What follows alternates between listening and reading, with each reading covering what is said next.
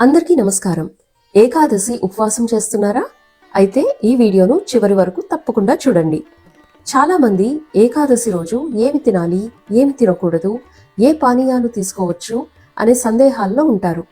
ఈ వీడియోలో ఏకాదశి ఉపవాసానికి సంబంధించిన ముఖ్యమైన నియమాలు మరియు ఆహార సూచనలు తెలుసుకుందాము.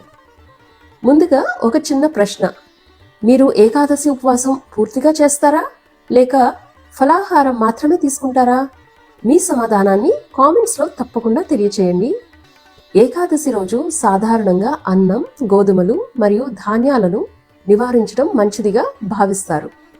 మనం తినవచ్చే ఆహారాలు పండ్లు, పాలు, పెరుగు, కొబ్బరి నీరు, బాదం, జీడిపప్పు వంటి డ్రై ఫ్రూట్స్, సగ్గుబియ్యం వంటకాలు, ఉపవాసానికి అనుకూలమైన తేలికపాటి పదార్థాలు ఇలాంటివన్నీ తీసుకోవచ్చు. అలాగే నీరు, కొబ్బరి నీరు, పాలు, మజ్జిగ, నిమ్మరసం ఇలాంటివి తాగవచ్చు.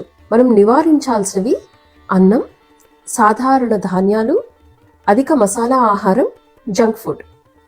ఉపవాసం సమయంలో శరీరాన్ని హైడ్రేట్గా ఉంచుకోవటం చాలా ముఖ్యం. ఆధ్యాత్మికంగా కూడా ఏకాదశి ఉపవాసం మనసుకు ప్రశాంతతను, ఏకాగ్రతను అందిస్తుందని విశ్వసిస్తారు. ఈ వీడియో మీకు ఉపయోగపడితే తప్పకుండా ఒక లైక్ చేయండి.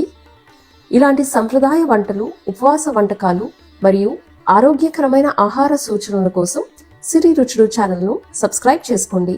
బెల్ ఐకాన్ పై క్లిక్ చేసి ఆల్ నోటిఫికేషన్స్ ఆన్ చేసుకోండి. ఈ వీడియోను మీ కుటుంబ సభ్యులు మరియు స్నేహితులతో షేర్ చేయండి.